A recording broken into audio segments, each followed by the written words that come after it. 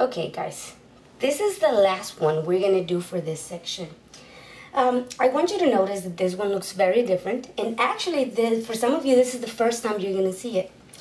One thing very particular about this equation is I want you to notice that you have x on both sides of the equal sign. Now remember, our goal is always the same. I want to find out what x in this case will be equal to. So what I want you to do, first of all, we need to decide in which side you're going to have your variables and which side of the equal sign will be for your numbers. So I always like the left to be for my variables. So I'm going to put for variables and the right for my numbers.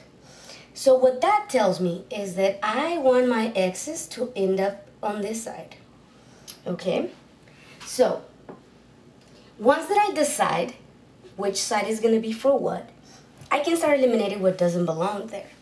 So I want you to notice that in this side that is supposed to be for variables only, I have a -3.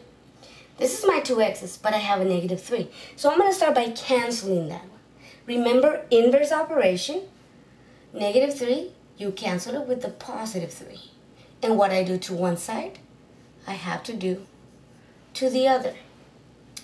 So what that will show me is that my 3's are going to cancel on this side, leaving only a 2x equal x, because I'm not doing anything to that x yet, but then I have a +3 and a +2. That will give me a +5. Now, I notice this. I have an x on the side that I'm supposed to have numbers only.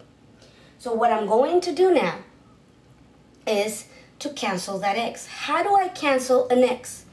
Remember, you want to get rid of it by canceling. So if I have an x and I want to cancel it, I do -x, because +x and -x will cancel each other. But remember, what you do to one side, you do it to the other. So what will happen now here is that +x and -x cancel, because it's as if you owe an x, but you have an x. So what's going to be the total?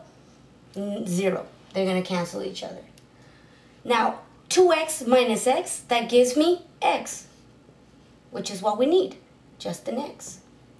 And then here, x, +x and -x cancel, so all that I have, it's a 5. I know this is new to you guys, but if you really pay attention, it's really nothing that we haven't done before, with the exception of deciding which side is going to be for your variables and which side will be for your numbers.